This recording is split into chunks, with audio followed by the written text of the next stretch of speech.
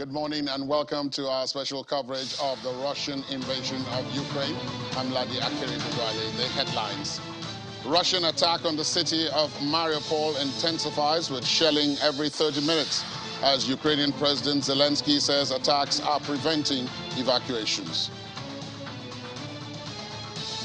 European Union dashes Ukraine's hopes of quick membership, says there's no fast track to joining the club. And Mayor of Kiev, the capital of Ukraine, says more than half of its population has fled.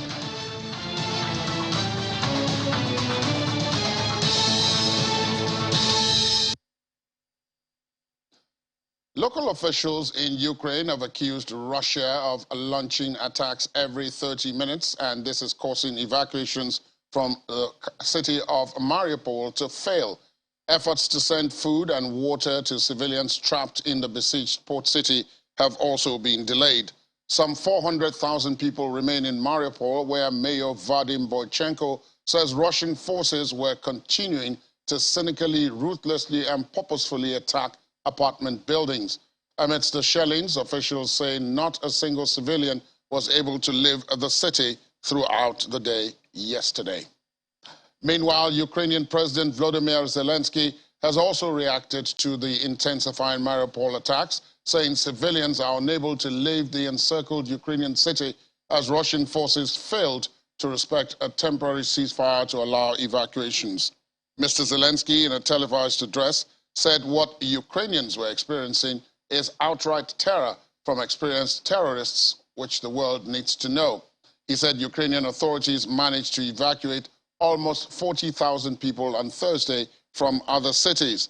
Meanwhile, Russia's defense ministry had earlier announced that it would declare a ceasefire today and open humanitarian corridors from Mariupol, as well as Kyiv, Sumy, Kharkiv, and Chernihiv.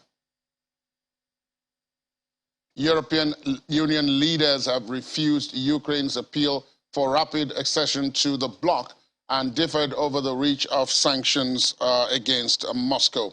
The Russian invasion is the biggest assault on a European state since World War II, and it has upended Europe's security order, spurring European Union capitals into rethinking what the bloc should stand for. In the days after Russia attacked on February the 24th, the EU was swift in imposing sweeping sanctions and offering political and humanitarian support to Ukraine, as well as some arms supplies. However, cracks have appeared in the bloc's united front from its reaction to Kyiv's demand for an accelerated membership of the wealthy club to how fast it can win itself off Russian fossil fuels and how best to shape an economic response. We agreed on a very good text on Ukraine with a lot of positive messages which express solidarity, which express strong support. And they also reiterate the pursuit of the European path of Ukraine as a response to the application for membership that President Zelensky has sent to President Macron. Except Eastern Germany in times of Helmut Kohl, nobody entered the European Union overnight. There is a request for candidate membership from Ukraine, and that is now in process, and we have fast-tracked the sending it on to the Commission earlier this week by the Council. That's one, but that will take time, months, maybe years before you get to anything. Yeah. Meanwhile, British Foreign Secretary Liz Truss says the West should look at how it can help countries that are particularly dependent on Russian energy. Ms. Truss said this in a speech at the Atlantic Council think tank in Washington, insisting that Europe was heavily dependent on Russian energy, providing a vital source of revenue for Russian President Vladimir Putin. The United States on Tuesday had announced a ban on Russian oil and gas imports, and Britain said it would phase out Russian oil imports by the end of 2022. First of all, we must end the strategic dependence which puts our economies and security at the risk and mercy of malign actors. Europe remains deeply reliant on Russian energy. This provides a vital source of revenue for Putin, and it must end. We're working with our G7 partners to cut this dependence once and for all. to put a ceiling on the percentage of Russian energy imports and committing to bring it down over time. And we need to look at how we can help those countries that is especially dependent on Russian energy and how we can increase supplies elsewhere. The invasion of Ukraine is a paradigm shift on the scale of 9/11. And how we respond today will set the pattern for this new era. Be tough, get peace. In this new era for global security, let that be our rallying call. U.S. President Joe Biden has said his country would send more security assistance to Ukraine and contribute $53 billion to humanitarian organizations to support displaced migrants. The United States is also repositioning 2 Patriot missile batteries to Poland, which the military says is to proactively counter any potential threat to U.S. and allied forces as well as NATO territory. Poland has accepted more than 1.2 million people escaping Ukraine, while Romania has taken just under 300,000 people who are fleeing the Russian invasion. More than 2 million people in all have fled from the Ukraine. The entire world have rallied to support the Ukrainian people. We have donated thus far $1 billion in security assistance, and more shipments of defensive equipment are on the way as I speak. We're coordinating deliveries of anti-armor and anti-air capabilities with a wide range of our allies and partners. And we're providing tens of thousands of tons of humanitarian needs from food, water, and medicine. And Vice President Harris today is in Poland, where she announced that we'll be contributing another $53 million to the World Food Program and other humanitarian organizations to support those displaced from their homes. And she also announced the delivery of Patriot missile battery to support our NATO allies in Poland. And our economic sanctions are crippling the Russian economy right now. The ruble has lost half its value. It now would take literally almost 200 rubles to equal $1 because of how it's been sort of damaging. The ruble anyway, we cut off U.S. imports of Russian oil and gas, targeting the main artery of Russia's economy. And last night, the House of Representatives passed a bill that included more than $13 billion in Ukrainian assistance. And the United States and the people around the world are going to continue to support the Ukrainian people, I believe, as they defend their country. Ukraine will never, never be a victory for Putin. Meanwhile, Russian President Vladimir Putin says sanctions imposed against Russia would rebound against the West, including in the form of higher food and energy prices. Mr. Putin says Moscow would solve its problems and emerge stronger. In a televised government meeting, Mr. Putin said there had been no alternatives to what Russia calls its special military operation in Ukraine, and that Russia was not a country that could accept compromising its sovereignty for some sort of short-term economic gain. And a private U.S. company says a large Russian military convoy last seen northwest of Kyiv near Antonov Airport has largely dispersed and has been redeployed. This is as shown in satellite images taken yesterday. Maxar Technologies says the images show armored units maneuvering in and through the surrounding towns close to the airport. It said images also show convoy elements further north have repositioned near Lubyanka with towed artillery howitzers in firing positions nearby.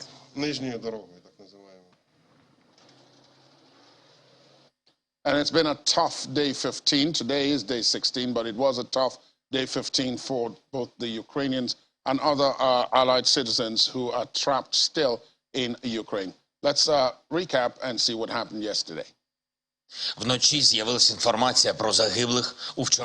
Volodymyr Zelensky's video messages are becoming a staple in Ukraine, providing a beacon of hope for his countrymen and a symbol of courage to the outside world.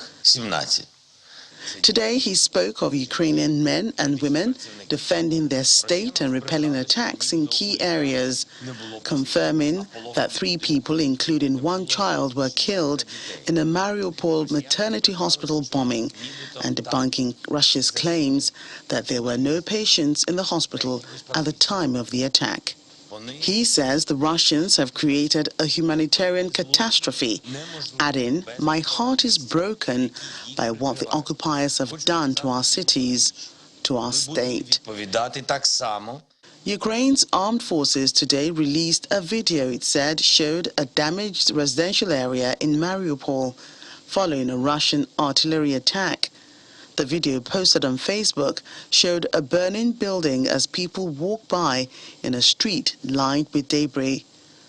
A written post alongside the footage read, "The occupants just shelled the residential area with artillery round. The rocket hit the house. Where do you see here any military or strategic objects?" Aid agencies say humanitarian aid is most urgently needed in Mariupol, where 400,000 people have been trapped for more than a week with no food, water, nor power. The city council said the port had come under fresh airstrikes this morning, the day after Moscow bombed what Ukraine called a functioning maternity hospital there. Ukraine's presidential advisor, Oleksiy Arestovich, says Russia has switched tactics to targeting civilians. Hours earlier, Ukraine's foreign minister and that of Russia met in Turkey for their first high-level talks since the invasion began. Turkish Foreign Minister Mevlut Cavusoglu said both his Russian counterpart Sergei Lavrov and Ukraine's Dmytro Kuleba had requested that he attend the talks, adding that he wished the meeting could be a turning point. Meeting over, the Turkish Foreign Minister said it was civil despite all the difficulties, and the most important outcome of the talks was establishing contact. But his Ukrainian counterpart said it appeared Russia would continue its offensive on Ukraine and seeks a surrender from Kyiv that it will not get. During a press conference, he said his impression from the meeting was that Russia is not in a position at this point to establish a ceasefire after invading Ukraine. He then called on Russia to allow the evacuation of civilians from Mariupol. Russia's Foreign Minister Sergei Lavrov said there was no discussion of a ceasefire, but that the talks focused on humanitarian questions. He said the venue for diplomacy should be Belarus, an ally of Moscow, where Russian and Ukrainian officials have already held at least 2 rounds of talks, which have so far yielded only limited progress on opening up humanitarian corridors. Lavrov warned the West against supplying lethal weapons to Ukraine and encouraging others to fight in the conflict, and that President Vladimir Putin would not refuse a meeting with the Ukrainian president, but that it would have to be substantive and focus on specifics. He said Russia did not want to depend on the West again and would distance itself from companies who are guided by the interest of Western political aggression against the nation. He also tried to allay fears of Russia planning to invade any other country, and that Russia found facts that Ukraine was carefully planning an attack on Donetsk and Luhansk People's Republic territory. Beyond the meeting in Turkey, U.S. Vice President Kamala Harris, speaking in the Polish capital Warsaw, said there should be an investigation into Russia's conduct in the war in Ukraine. Absolutely, there should be an investigation, and we should all be watching. And I have no question the eyes of the world are on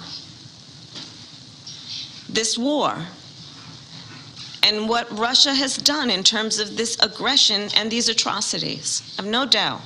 In the meantime, thousands more Ukrainians head for surrounding borders to escape the fighting. The World Health Organization has advised Ukraine to destroy high-threat pathogens housed in the country's public health laboratories to prevent, quote, any potential spills that would spread disease amongst the population. Biosecurity experts said Russia's movement of troops into Ukraine and bombardment of its cities had increased the risk of an escape of disease-causing pathogens. Now we turn to our attention to the implication of Russian invasion in Ukraine as it affects the health of those who are trying to flee.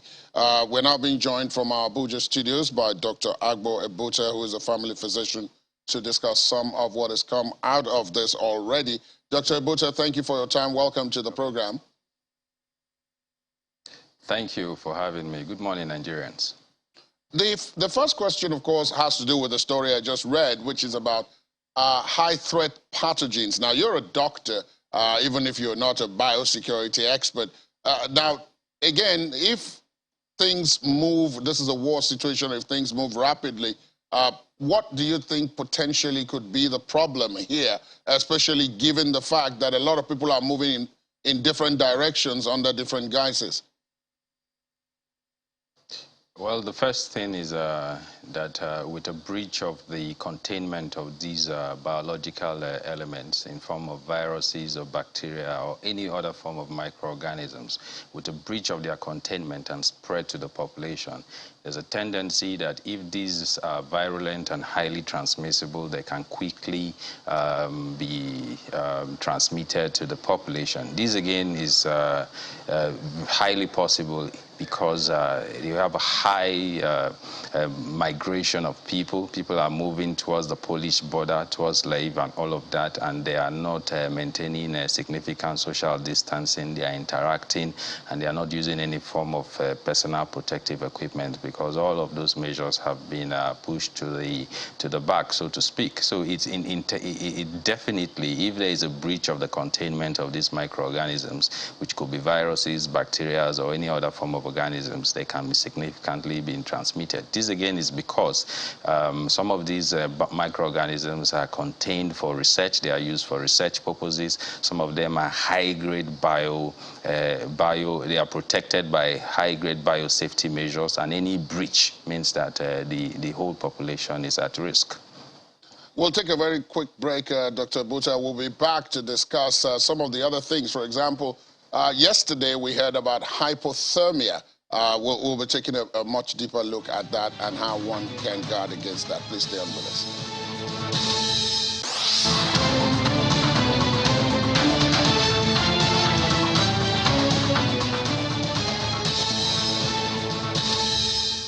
Thanks for staying tuned. Welcome back. Before the break, we were talking to Dr. Agbo Ebuta, a family physician from our Abuja studios. Dr. Ebuta, thank you for your time once again. Let's move now to something that is really affecting many of those particularly trying to flee. And we have heard reports that quite a number of people have become casualties, not of bullets, not of the attacks in themselves, but of something called hypothermia, which I'm made to understand is a reaction caused by the severity of the weather, the cold weather. First of all, what is hypothermia and how does one get this? Hypothermia, it's actually a compound word. Hypo, from the Latin word hypo, which means low, and thermia, from the Greek word, which means heat. So when the body temperature drops to below the normal ranges, you call that hypothermia. Typically, you would expect that the normal body temperature will be around 35 degrees Celsius to about 37.3. So if a temperature falls below 35 degrees Celsius, that is hypothermia. And it's important because the body needs normal body temperature to function. The body metabolism, the way your body operates, your breathing, your heart, your lungs, your organs, they need to function. They function best optimally within a particular range of temperature. And so once the body temperature begins to drop, your body sets up mechanisms to counter those effects. And it's not surprising that this is a major issue in this war, because in areas of Ukraine that we find some of our people, temperatures are as low as -2 to as low as -8 degrees centigrade. These are extremely cold weathers, because if you counterpose that against the present temperature today in Abuja, which is 38 degrees Celsius, you can only see how much of a problem in terms of what the weather poses for these people. And it's of significant implication health-wise, because low temperatures will not allow your body to function. And in the presence of low temperatures, what happens is that your body, you begin to lose heat from the person affected, or the person exposed will begin to lose heat from his or herself to the environment. And this heat loss can occur in several means, but it's important to point out clearly that most of this heat loss, as much as half of the heat loss, continues and is through a means we call a radiant or infrared heat loss. And you really won't see this infrared because they are very tiny waves that are not visible to the eye, but they are emitted from exposed surfaces. So from the head of the person, from any exposed, the hands and any exposed part of the body, the patient is, or the person affected is going to continue to lose heat. Apart from that, people would also lose heat when they breathe in cold air, warm it up in their chest and breathe it out. So they lose heat too. And when they come in contact with cold surfaces, generally is transmitted directly. But as the body temperature begins to drop as a result of this heat loss, your body is not going to sit quiet. It's going to start reacting, and all kinds of messages will be sent from the brain to all parts of the body to increase the production of chemicals that would aid the production of heat internally, to make your muscles also to start contracting. That's why you see patients or people who start shivering. All these measures are aimed at increasing the heat production in the body to reduce the rate at which it drops. But if you are in an environment where you are not removed from that environment and temperatures continue to be low, these mechanisms, after a while, they wane off, and they cannot meet, the production rate cannot meet the rate at which it's lost. And that's where hypothermia sets in. And all kinds of symptoms are expected. And the worst, obviously, is death.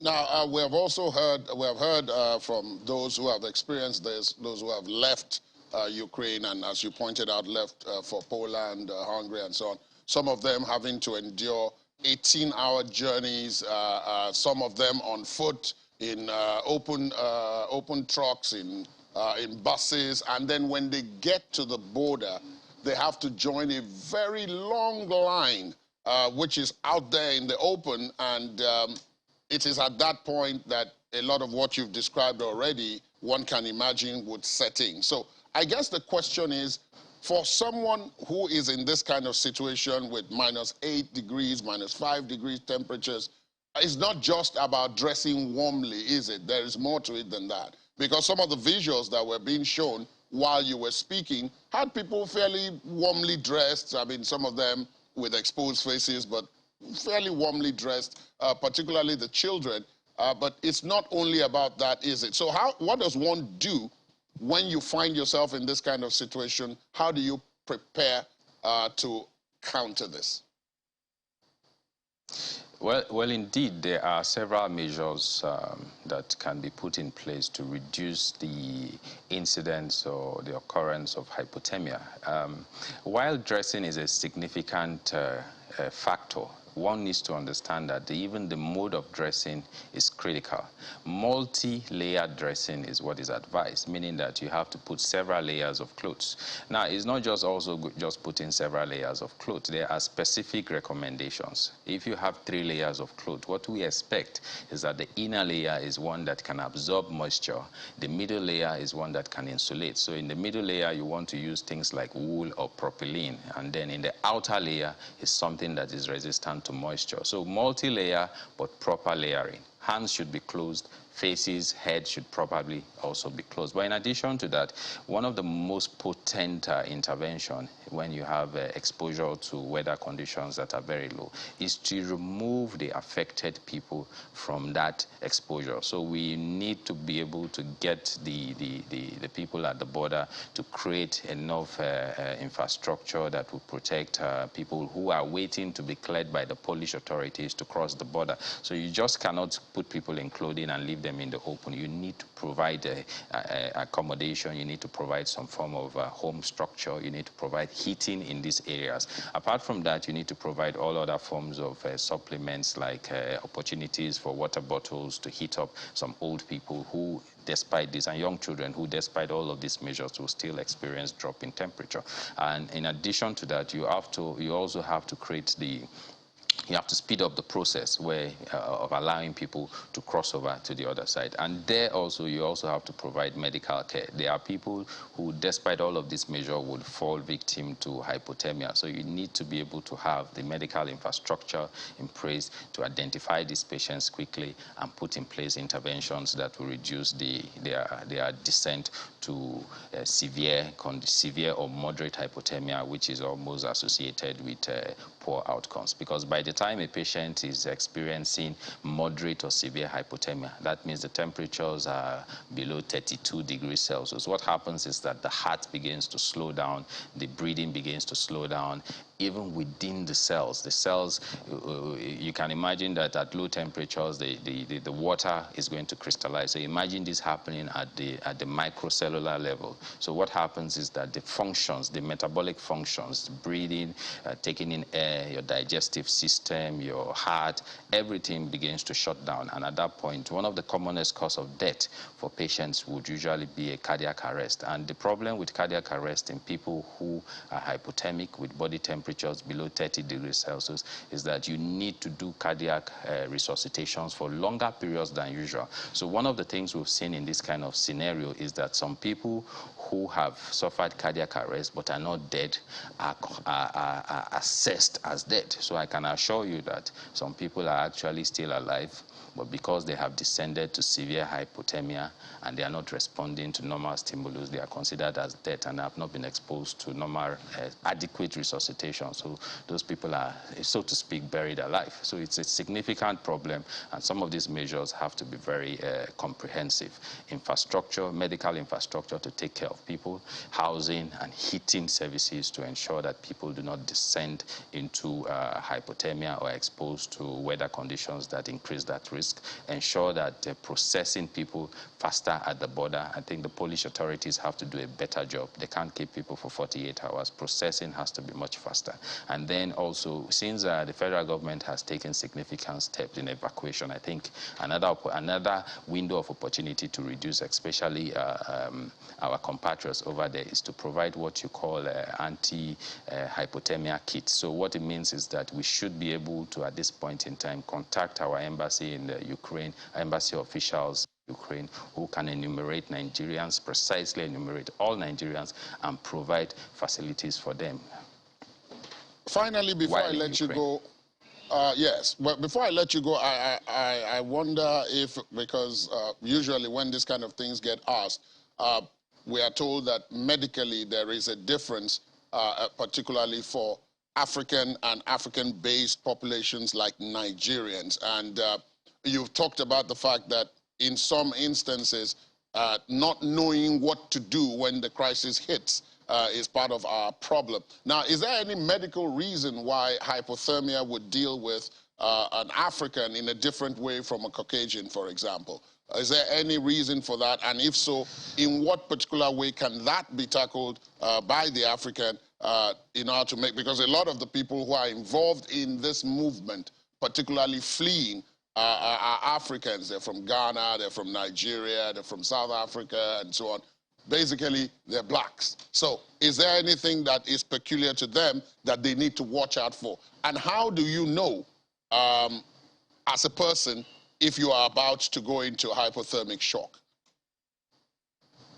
Well, there's nothing peculiar biologically speaking. All humans are humans. But what is peculiar socially speaking is that we have heard that some of our compatriots from the Negroid race, Black Africa, are not able to cross the border. Some of them were even barred from using trains all the way to the border. And on getting to the border, some of them were not put on the priority list for processing. So this is outright discrimination, and the federal government government needs, I'm sure, has taken a position on that and should let the Polish authorities know that they cannot continue to intimidate Nigerians, they cannot continue to expose Nigerians unnecessarily and carry out any discriminatory activities against Nigerians, because this is completely unacceptable. So that's for that.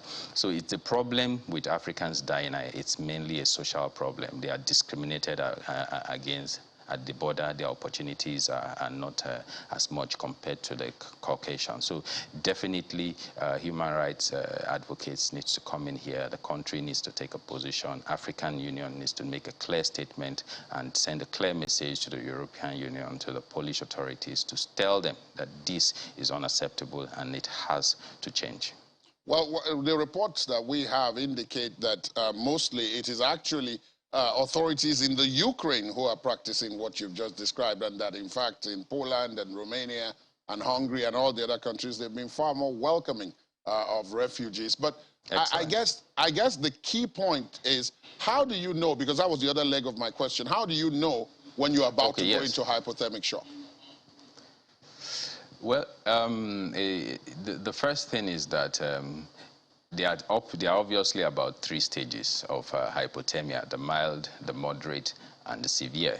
When you get to the moderate and the severe stage, you don't know. People around you, you would need help from people around you to tell you that, look, this is the situation. Because at that stage, even your mental, your reaction to stimulus, your mental ability, your judgment is all impaired. But at the mild stage of hypothermia, you would notice that probably your heart is beating faster, you're breathing much faster, and you are also shivering. In fact, shivering is the most visible symptom of hypothermia, because the body is trying to generate heat, so to speak. At that point, it's critical that the person affected either finds a way to warm his or herself up, remove him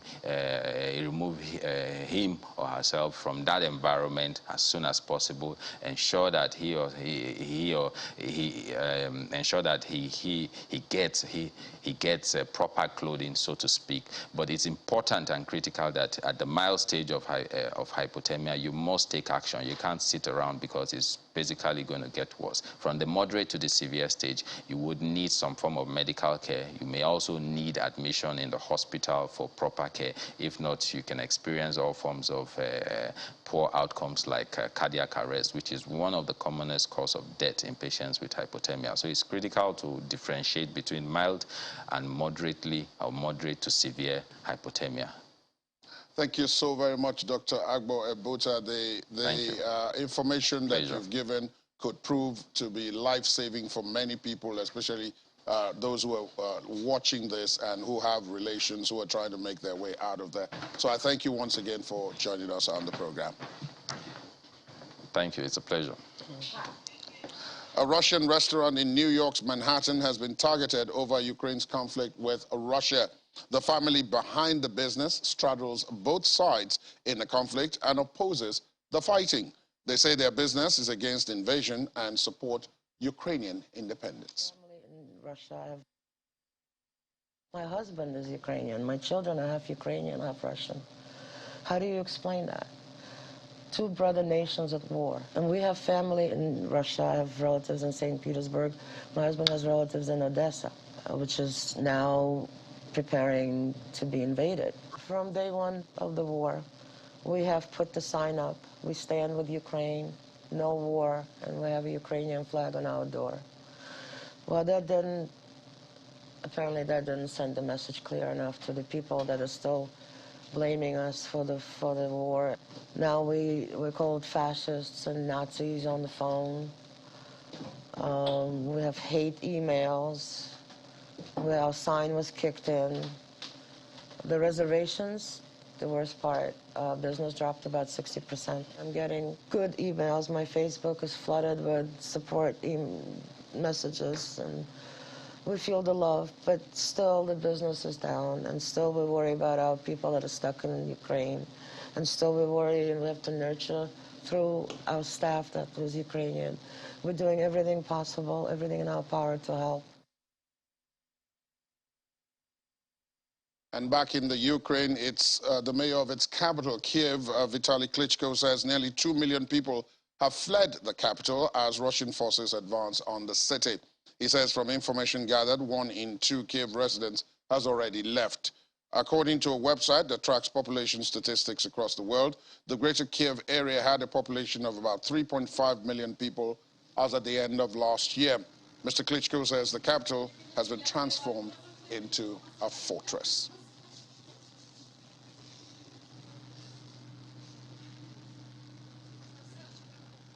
Some business news now. The U.S. consumer price gains accelerated in February to a fresh 40-year high on rising gasoline, food, and housing costs, with inflation poised to rise even further following Russia's invasion of Ukraine. Labor Department data showed yesterday that the consumer price index jumped almost 8% from a year earlier, following a 7.5% annual gain last month. The widely followed inflation gauge rose 0.8% in February from a month earlier, reflecting higher gasoline, food, and shelter costs. The figures show an inflation cloud over the economy that's proved more persistent and expansive. The price spike has pushed the Federal Reserve to end 2 years of near-zero interest rates, likely starting with a quarter point next week. President Joe Biden is set to call for an end of...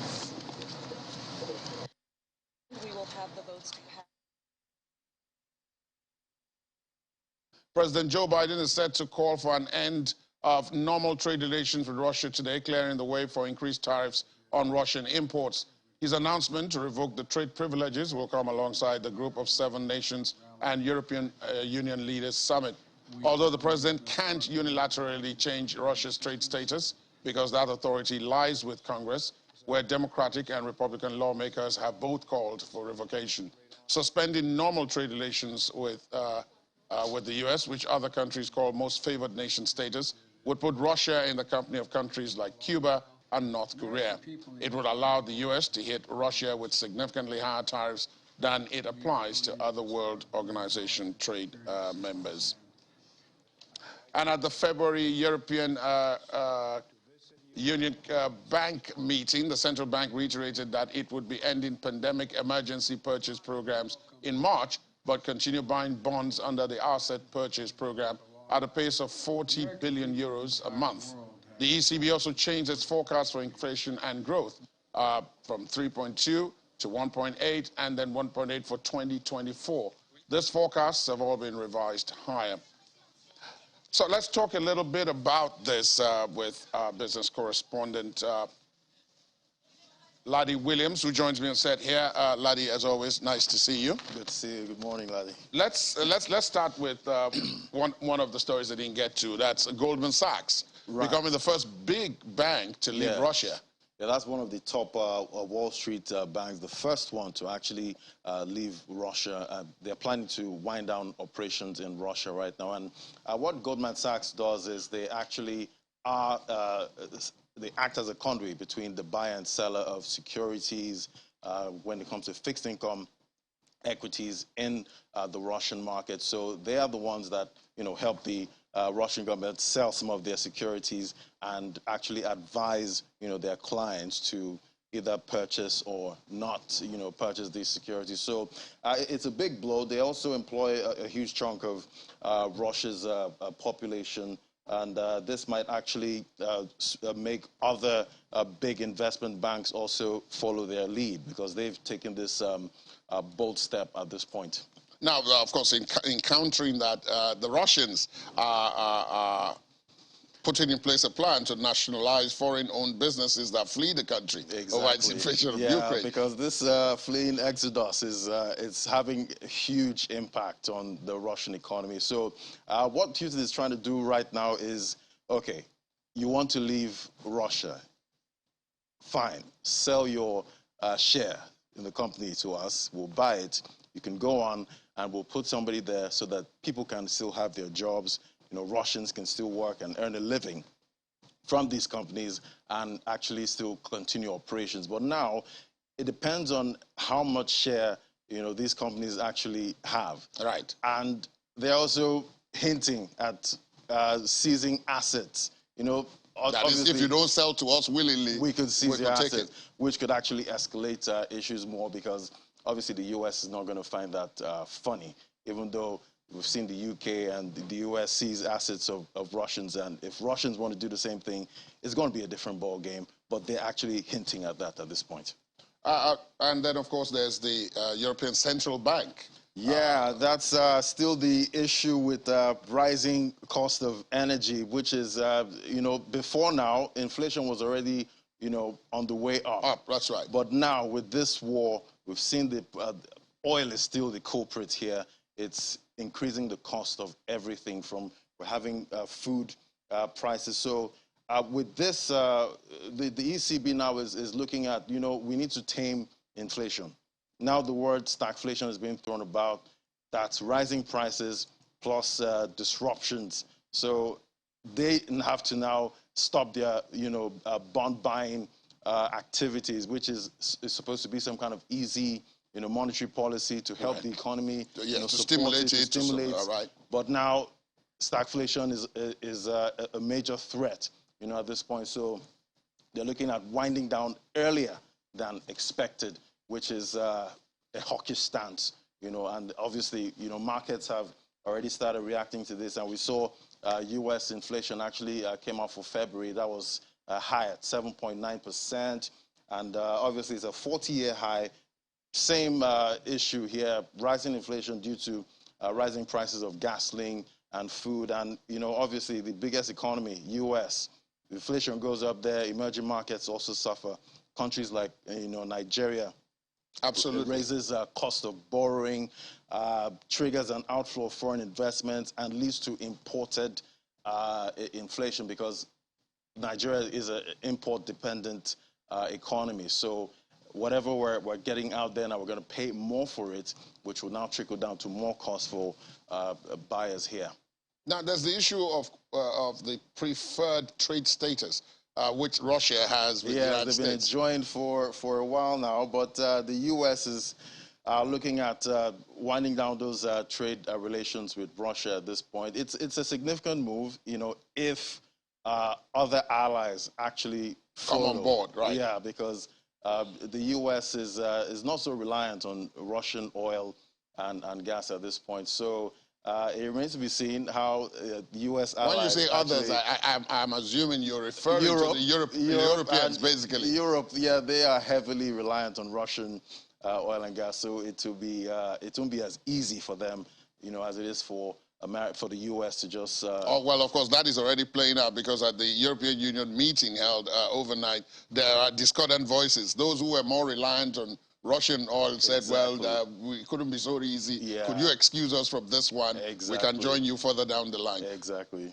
In that kind of situation, one would, of course, expect that we also stand to suffer a bit further down the line. If all these things you put together, right, the lack of preferred status, the hawkish stand of the ECB, yes, and then Russia's attempt possibly to nationalize assets and so on. And then, of course, the oil prices. The oil prices. Oil is the biggest culprit in all of this, and obviously, and also we see the equities market yesterday. We had a good day on Wednesday. Traders and analysts have called that the one-day wonder in the market. Yeah, because that happened just once. Just once. And, you know, Thursday, we see all of them pulled back, gave back all those gains. We see the FTSE was down 1.27%, Nikkei down 2.05%, and even the U.S. markets, the Dow Jones Industrial Average, that was also down, and Bitcoin also wasn't left out.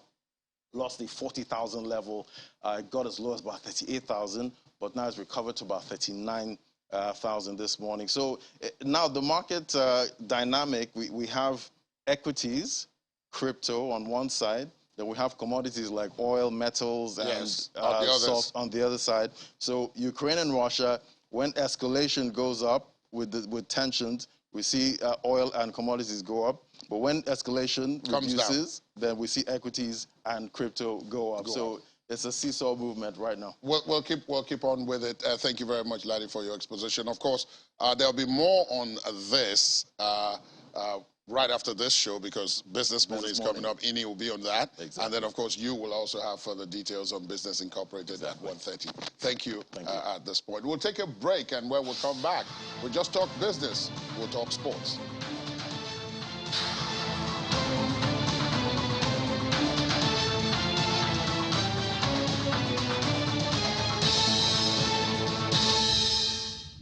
Welcome back.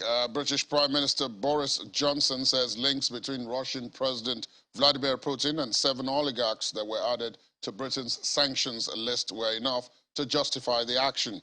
Britain imposed sanctions on Chelsea owner Roman Abramovich and Igor Sechin, the chief executive of Russian oil giant Rosneft, hitting them with asset freezes and travel bans because of their links to Mr. Putin.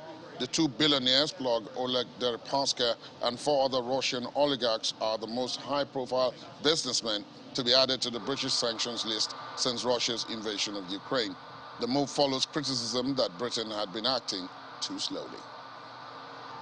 I can't comment on what individuals are doing, but what we've concluded is that there is enough connection, enough of a link between the Putin regime and the individuals in question to justify the action. And I think when you look at what is happening in Ukraine and you look at the casual rejection of every norm of civilized behavior in bombing a maternity hospital, I think people in this country can see that people connected to the Putin regime need to be sanctioned, and that's what we're doing. So what I've always said is that we will continue to ratchet up our sanctions as this goes forward, as Vladimir Putin intensifies his aggression against the Ukrainian people. We've taken the powers to do that, and that's what we're going to do. So we've got to be very, very careful in the way that we approach these things. As you know, the rights to property is something that English law, UK law takes very seriously, and you've got to go through due process. From Tuesday, as you'll remember, we're speeding it up under the new economic crime bill, so we're able to go even faster. But you've got to have a clear evidence that people are in connected to the Putin regime. That has been established. That's why we're going ahead with the sanctions that we are. Meanwhile, Britain's government has halted a planned sale of Chelsea Football Club, as well as the sale of players, new tickets and merchandise after it imposed sanctions on its owner, Roman Abramovich, but said the team will still be able to play matches. Mr. Abramovich had last week said he was putting the club up for sale, but Britain's assets freeze and sanctions on him bar that process under the terms of the license granted to the club. The government said it had issued a special license to allow Chelsea to play fixtures and pay staff, but will limit the sale of tickets, merchandise and even players starting on Thursday, that was yesterday, until May the 31st. Nadine Dorries, Britain's Minister for Sport, says the government had issued the license because it did not want to unnecessarily harm the reigning European and World Club champions. And the Chelsea Supporters Trust is hoping the process to sell the club resumes soon. European champions Chelsea are now effectively under the control of the British government after sanctions were announced. Mr. Abramovich had confirmed he was selling the Premier League club in early March, but that process is now being put on hold, leaving the club ranked by Forbes as the 7th most valuable in the world at $3.2 billion in a state of limbo. I'm shocked, still trying to process it all. Like, when you really look at it on paper, it's not the worst, but it definitely bites you. Like, I'm on my way to Norwich now. This is going to be my last away day till the end of the season. Thankfully, still got a season ticket, so we can do home games at least, but we're still going to be hurt with the fact that it's only 25,000. It's not like any of the other big clubs where you see them. Obviously, Chelsea are more of all the big clubs are sort of franchises now, but he's not. It's different with Chelsea. It's different with Roman because he is. You feel like you love him. The amount of money he invests, and he really seems like he loves the club. In his leaving statement, he put, "Oh, I want to come back to the bridge, say goodbye to all the fans." And you do sort of believe him, but it probably is all just a lie pumped out by some media team of his to, I don't know, to make him look good. Could be, because obviously, look at Rudiger, Christensen, Aspilicueta. They can't sign new contracts. We haven't got many defenders. We have got many defenders, but we're not. Come next season, we're not going to be backed up in the defence. So come next season, we might be struggling if the sanctions don't lift and all that. So hopefully, it all ends and we get new contracts in for him. This was our actual dream vacation. So we had our stadium tour just 2 days ago, and we bought all these merchandise, you know, and I always love visiting the stadium, and it was a nice and sunny, beautiful day. We went to the museum, we went to the store, but we never expected this to happen so early and not during our tour. Now we get to see, you know, the sad part. So this situation is very complicated for us right now. The fans don't know what to do. Meanwhile, Tottenham Hotspur head coach Antonio Conte says he wishes his old club all the best after the British government imposed sanctions against its owner, the Russian Roman Abramovich. Mr. Conte, who managed the Stamford Bridge-based club between 2016 and 2018, and even won the Premier League title in the 2016-2017 season, sympathized with his former club upon hearing the news. And four-time Formula One champion Sebastian Vettel wore a special helmet to express solidarity with Ukraine as he took to the track at the start of the final pre-season test in Bahrain earlier on. The 34-year-old, who drives for Aston Martin, replaced his traditional German flag motif that runs down the right-hand side of his helmet in a band against a white background with a similar stripe combining the blue and yellow of the Ukrainian flag. And finally, Ukrainian athletes and officials have made an appeal for peace at Beijing Winter Paralympics Games, unfurling a banner and observing a minute of silence and appealing for an end to the war triggered by Russia's invasion of the country. Led by National Paralympic Committee President Valery Shushkevich, the entire 20-member delegation held up a peace for all message accompanied by raised fists. I want to say to you, it's not only 1 minute solidarity. Today we 1 minute about the 1,000 people, including children and people with disability. And I want, together from my team, together from the Ukraine people, today all civilized mankind look and solidarity which kind terrible war in our country. But I want to ask you, and for all, if mankind civilized, must be not outlook, must be stop war in my country. You know, the situation is terrible. Many big cities already destroyed. For example, I'm from Kharkiv. Kharkiv was my native city. There's 7 persons from our team and from Kharkiv, but somebody from them cannot possibility to come back. Therefore, they fled a private house already destroyed. And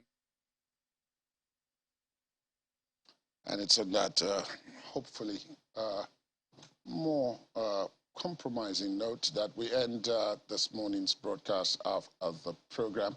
Thanks for being with us. I'm Ladia Kuriduluale. There'll be an update at 5 o'clock in the evening, and the show, of course, will be back tomorrow at 7 o'clock in the evening. Do have a pleasant day and weekend ahead.